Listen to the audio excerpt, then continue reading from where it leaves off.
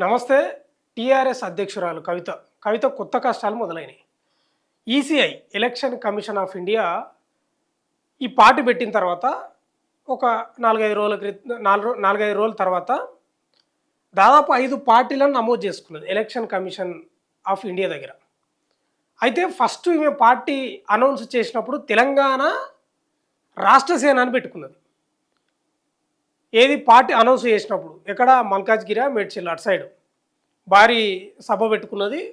అక్కడ అనౌన్స్మెంట్ చేసింది తెలంగాణ రాష్ట్ర సేన అని. తర్వాత ఎలక్షన్ కమిషన్ దగ్గర 5 పేర్లు పెట్టింది. దాంట్లో జాగృతి అని, తర్వాత తెలంగాణ రాష్ట్ర సేన, రక్షణ సేన, జాగృతి మీదనే ఇంకా 2-3 ఉన్నాయి. మొత్తం 5 పెట్టుకున్నది ఎలక్షన్ కమిషన్ దగ్గర.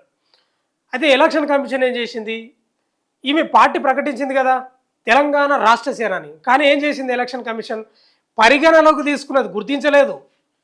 పరిగణలోకి ఎప్పుడు తీసుకున్నది, ఒక పార్టీ పెట్టి తెలంగాణ రాష్ట్ర సేన అని పెట్టిన తర్వాత ఒక వారం రోజులకు అనుకుంటున్నా తెలంగాణ రక్షణ సేన అని పరిగణలోకి తీసుకున్నది, గుర్తించలేదు. పరిగణలోకి గుర్తించడానికి చాలా వ్యత్యాసం ఉంది.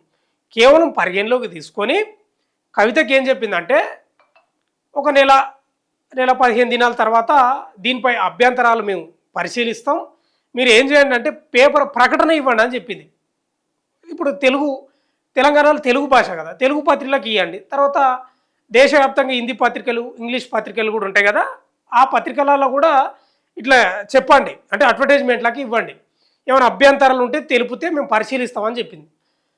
దానికి అనుగుణంగానే టీఆర్ఎస్ కవిత ఏం చేసిందంటే తెలంగాణ పత్రికలల్లో, ఇంగ్లీష్ హిందీ పత్రికలల్లో అడ్వర్టైజ్మెంట్ ఇచ్చేసింది.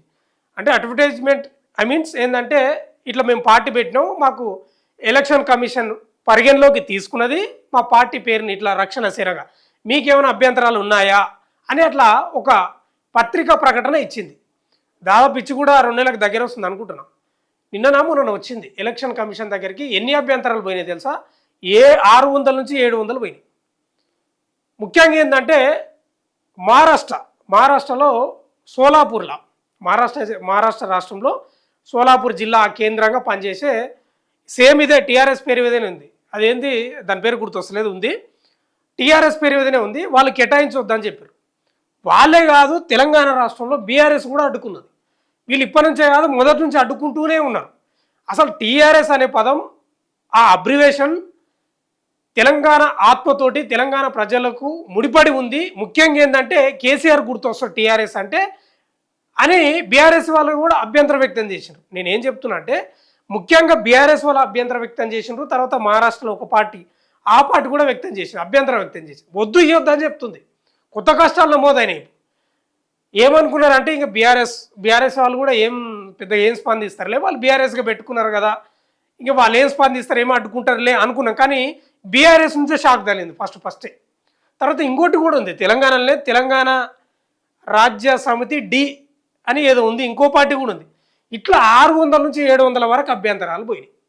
అంటే ఇప్పుడు ఎలక్షన్ కమిషన్ ఏం చేయబోతుంది మరి అంటే ఇప్పటి వరకు గుర్తించలేదు అఫీషియల్గా తెలంగాణ రక్షణ సేన అని గుర్తించలేదు, ఓన్లీ పరిగణలోకి తీసుకున్నది. ఆ మ్యాటర్ కూడా ఉంది. మనకు ఒక ఆర్టికల్ వచ్చింది, ఈ ఆర్టికల్ ఒకసారి మీకు చదివి వినిపించిన తర్వాత మళ్ళీ నేను మాట్లాడతా. ముదురుతున్న టీఆర్ఎస్ టైటిల్ వార్, రంగంలోకి మరో పార్టీ. ఎమ్మెల్సీ కవిత కొత్త రాజకీయ పార్టీ టీఆర్ఎస్ పేరుపై వివాదం రోజుకు ముదురుతుంది. ఈ పేరును కేటాయించవద్దంటూ ఇప్పటికే బీఆర్ఎస్ కేంద్ర ఎన్నికల సంఘాన్ని ఆశ్రయించగా తాజాగా మహారాష్ట్రకు చెందిన మరో సంస్థ కూడా అదే వాదన వినిపించిందంట. అంటే బీఆర్ఎస్లో మొదటగా పోయింది ఎమ్మెల్సీ కవిత, మాజీ ఎమ్మెల్సీ కవిత కొత్త రాజకీయ పార్టీ పేరు చుట్టూ ఆసక్తికర పరిణామాలు చోటు చేసుకుంటున్నాయి. తెలంగాణ రక్షణ సేన పార్టీకి ఊహించని అడ్డంకులు ఎదురవుతున్నాయి. ఊహించనివే ఏం కాదు, ఊహించినవే అవన్నీ.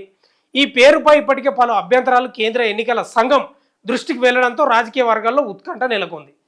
ఆమె ఏమన్నదంటే నాకు రాసి పెట్టిందేమో, ఆ దేవుడు దయ, దేవుడు కృప, టీఆర్ఎస్ అనే పేరు నాకు రాసి పెట్టుందేమో అని అన్నది. ఆ టీఆర్ఎస్ పేరు రావడంతో మరి ఏం జరుగుతుందేమో చూడాలి. టీఆర్ఎస్ టైటిల్ వార్, కవిత పార్టీ ప్రకటనకు ముందే మహారాష్ట్రలోని సోలాపూర్ కేంద్రంగా పనిచేస్తున్న తెలంగాణ రాష్ట్ర సామాజిక సేన కూడా, నేను ఇప్పటిదాకా మర్చిపోయింది ఇదే పేరు నేను చెప్పింది, సోలాపూర్ కేంద్రంగా పనిచేస్తున్న తెలంగాణ రాష్ట్ర సామాజిక సేన కూడా టీఆర్ఎస్ అనే పేరును పేరు తమ పార్టీకి కేటాయించాలని కేంద్ర ఎన్నికల సంఘాన్ని ఆశ్రయించినట్లు సమాచారం. ఏంది, సోలాపూర్లో తెలంగాణ రాష్ట్ర సామాజిక అంటే తెలంగాణ పేరుతోటి ఉంది, సోలాపూర్లో కూడా కేటాయించాలని కేంద్ర ఎన్నికల సంఘాన్ని ఆశ్రయించినట్లు సమాచారం. సోలాపూర్కు చెందిన దయానంద్ మహదేవ్ మామ్డియాల్ ఈ మేరకు కవిత పార్టీ ప్రకటనకు ఒకరోజు ముందే ఈసీఐకి దరఖాస్తు చేసినట్లు తెలుస్తుంది. ఇక కవిత పార్టీ పేరుపై భారత రాష్ట్ర సమితి కూడా తీవ్ర అభ్యంతరం వ్యక్తం చేసిందట. 14 ఏళ్ల తెలంగాణ రాష్ట్ర ఉద్యమంలో టీఆర్ఎస్ అనే పేరు తెలంగాణ ప్రజల భావోద్వేగాలతో ముడిపడి ఉందని, ఇప్పటికీ గ్రామీణ ప్రాంతాల్లో ప్రజలు బీఆర్ఎస్ను టీఆర్ఎస్గానే గుర్తిస్తున్నారని పేర్కొంటూ ఆ పేరును ఇతరులకు కేటాయించవద్దని ఈసీఐకి అధికారికంగా ఫిర్యాదు చేసింది. ఏమైనా సిగ్గుందా నిజంగా? అనొద్దు కానీ అంటున్నాం. మరి బీఆర్ఎస్లో ఏం చెప్పిర్రా ఈడ, టీఆర్ఎస్ అనే పేరు తెలంగాణ ప్రజల భావోద్వేగాలతో ముడిపడి ఉందని. మరి ఎందుకు, మరి బీఆర్ఎస్గా ఎందుకు మార్చారు మీరు? సెంటిమెంటు మీకు నష్టం జరిగినప్పుడు సెంటిమెంట్ని ముందరికి తేవడం, మీకు నష్టం జరుగుతున్నప్పుడు సెంటిమెంట్ ముందరికి తేవడం కాదు. మీరు నరుకుతున్నారు కదా, సెంటిమెంట్తో ముడిపడి ఉంది టీఆర్ఎస్. మరి ఎందుకు బీఆర్ఎస్ చేసిండ్రు? ఈడంతా అయిపోయింది, ఇంకా అంతా అలికినాం, మొత్తం అలికి ముగ్గేసినాం, పోయి ఇతర రాష్ట్రాలు వేసేది తక్కువ ఉందని పోయినారు. ఎందుకు నాకు అర్థం కాదు. పనికి మళ్ళీ ఎందుకు సెంటిమెంట్ తోటి ఆడుకుంటారు? కొంచెం బుద్ధి జ్ఞానం ఉండాలి కదా. భావోద్వేగం ఉందంట టీఆర్ఎస్ అంటే, వీళ్ళే పోయి అభ్యంతరం వ్యక్తం చేసినారు. మళ్ళీ వీళ్ళు పోయి ఆంధ్రప్రదేశ్లో పార్టీ పెట్టవచ్చు బీఆర్ఎస్ అని, మహారాష్ట్రలో పెట్టవచ్చు, ఇంకా అక్కడెక్కడో పంజాబులు ఇవన్నీ పెట్టవచ్చు. ఎన్ని రోజులు ఆడుకుంటారంటే నాకు అర్థం కాదు. భావోద్వేగాలతోటి బీఆర్ఎస్ వాళ్ళు కొంచెం బుద్ధి జ్ఞానం ఉండాలి కదా మనకు. ఏం మాట్లాడతారా? రైట్. అంతేకాకుండా కవిత పత్రికల్లో ఇచ్చిన ప్రకటనపై కూడా పెద్ద ఎత్తున అభ్యంతరాలు వ్యక్తమయ్యాయి. టీఆర్ఎస్ పేరును కేటాయించడంపై దాదాపు 600 నుంచి 700 వరకు ప్రజా అభ్యంతరాలు ఎన్నికల సంఘానికి అందినట్లు తెలుస్తుంది. తెలంగాణ రాష్ట్ర ఎన్నికల సంఘం వద్ద ఇప్పటికే టీఆర్ఎస్ పేరుతో నమోదైన మరికొన్ని రాజకీయ పార్టీలు కూడా అభ్యంతరం వ్యక్తం చేస్తున్నాయి. తెలంగాణ రాజ్య సమితి పేరుతో నమోదైన మరో రాజకీయ పార్టీ కూడా టీఆర్ఎస్ పేరును ఉపయోగించడాన్ని వ్యతిరేకిస్తూ ఎన్నికల సంఘాన్ని ఆశ్రయించింది. ఇది తెలంగాణలోనే ఉంది. ఈ వివాదంపై వివరణ ఇచ్చేందుకు కవిత ప్రతినిధుల బృందం కూడా ఎన్నికల సంఘాన్ని కలిసేందుకు సిద్ధమవుతున్నట్లు సమాచారం.